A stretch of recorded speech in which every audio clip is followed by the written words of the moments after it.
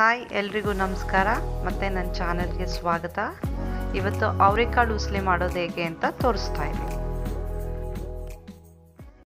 ಅವರೆಕಾಳು ಉಸ್ಲಿಗೆ ಒಂದು ಈರುಳ್ಳಿ ಕಟ್ ಮಾಡ್ಕೊಂಡಿದ್ದೀನಿ, 3 ಹಸಿಮೆಣಸಿನ್ಕಾಯಿ, 2 ಸ್ಪೂನ್ ಧನಿಯಾ ಪುಡಿ, ಜೀರಿಗೆ ಸ್ವಲ್ಪ ಹುರಿದು ಕುಟ್ಟಿ ಪುಡಿ ಮಾಡಿರೋದು, ಮತ್ತು ಒಂದು ಸ್ವಲ್ಪ ಕೊತ್ತಂಬರಿ ಸೊಪ್ಪು ಹಚ್ಚಿರೋದು.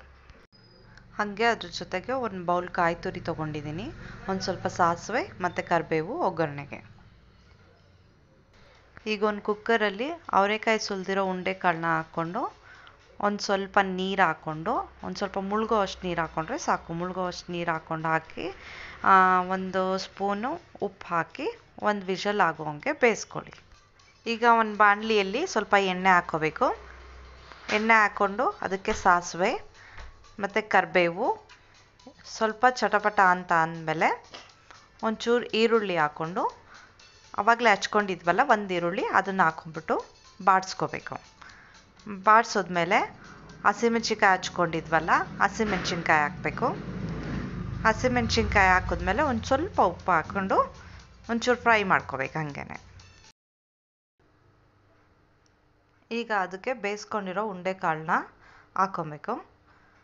ಉಂಡೆಕಾಳು ಹಾಕ್ಕೊಂಡು ಪೂರ್ತಿ ಇನ್ನೊಂದು ಸ್ವಲ್ಪ ಹಿಂಗೆ ತಿರುಗಿಸ್ಬೇಕು ನಿಧಾನಕ್ಕೆ ತಿರುಗಿಸಿದ್ಮೇಲೆ ಅದಕ್ಕೆ ನಾವು 2 ಸ್ಪೂನ್ ಧನಿಯಾ ಪುಡಿ ಇಟ್ಕೊಂಡಿದ್ವಲ್ಲ, ಆ ಧನಿಯಾ ಪುಡಿ ಹಾಕಬೇಕು.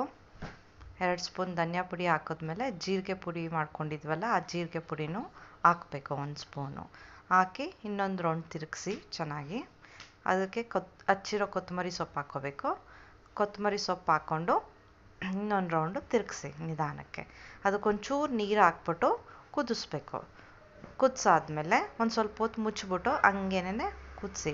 ಅದಕ್ಕೆ ಒಂದು ಬೌಲು ಕಾಯಿ ತುರಿ ಹಾಕ್ಕೊಂಡು ಮಿಕ್ಸ್ ಮಾಡ್ಕೋಬೇಕು.